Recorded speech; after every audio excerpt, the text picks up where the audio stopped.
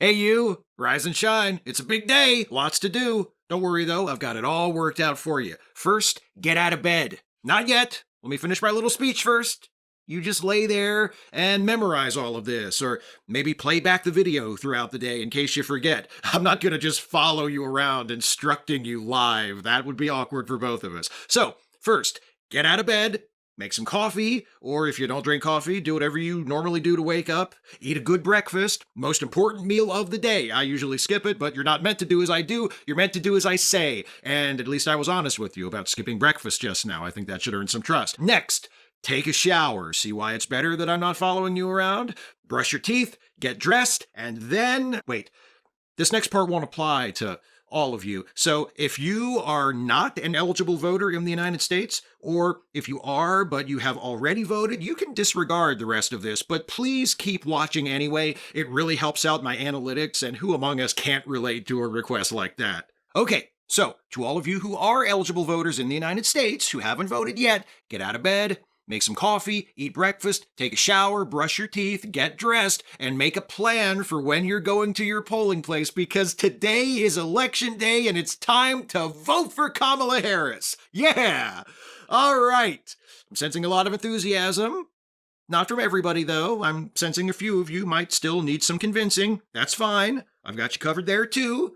Just in case you need them, real quick, here are 10 reasons to get out and vote for Kamala Harris today. Reason number 1. She wants to restore the nationally recognized right to an abortion that was taken away when the Supreme Court struck down Roe v. Wade. Reason number 2. She wants to cut taxes for the working and middle classes, raise taxes on the wealthiest Americans, and enact a minimum tax for billionaires. That will put more money in your pocket and require that those who already have more money than they know what to do with start to pay their fair share. Reason number 3. She'll use some of that additional revenue from taxing the wealthiest Americans to strengthen Social Security and Medicare, and to expand coverage for child care and in-home care for seniors and people with disabilities. Reason number 4, she'll push to raise the federal minimum wage and the lower minimum wage for workers in tipped industries and eliminate taxes on tips. Reason number 5, she'll take action against the epidemic of gun violence in the United States, which is unparalleled in the rest of the industrialized world, by banning assault weapons, instituting universal background checks, and enacting red flag laws. Reason number 6, she'll support NATO and our other international allies and continue to stand behind Ukraine as it defends itself against invasion from Vladimir Putin's Russia. Reason number 7,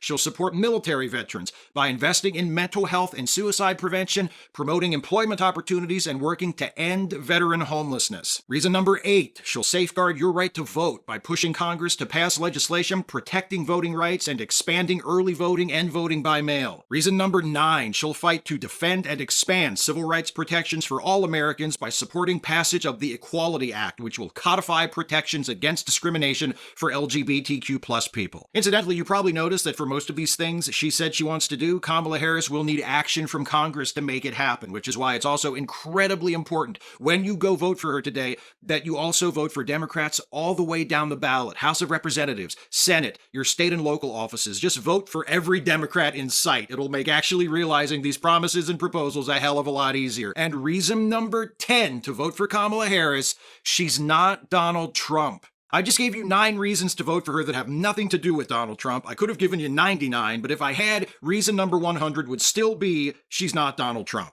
That matters. It matters because Donald Trump's economic proposals would tank the economy, his social policies are backwards and rooted in fear and bigotry, his foreign policy would shred our alliances and destabilize the international community in order to support his warmongering dictator buddies, and he would use the power of the presidency to protect himself from accountability for his own crimes. His campaign has been filled with lies, with demonization of immigrants, demonization of trans people, with threats against his opponents, threats to ban Palestinian refugees from the country, deport Palestinians who are already here, and deport others who protest in support of Palestinians, threats to use the military against American citizens. His own former chief of staff, John Kelly, has called him an idiot and a fascist, and numerous others who worked in Trump's first and hopefully only administration have echoed those sentiments and declared that he should never be allowed anywhere near the presidency again. He's a liar, he's a crook, he's a fascist, he's grossly incompetent. They're not the same. She's better.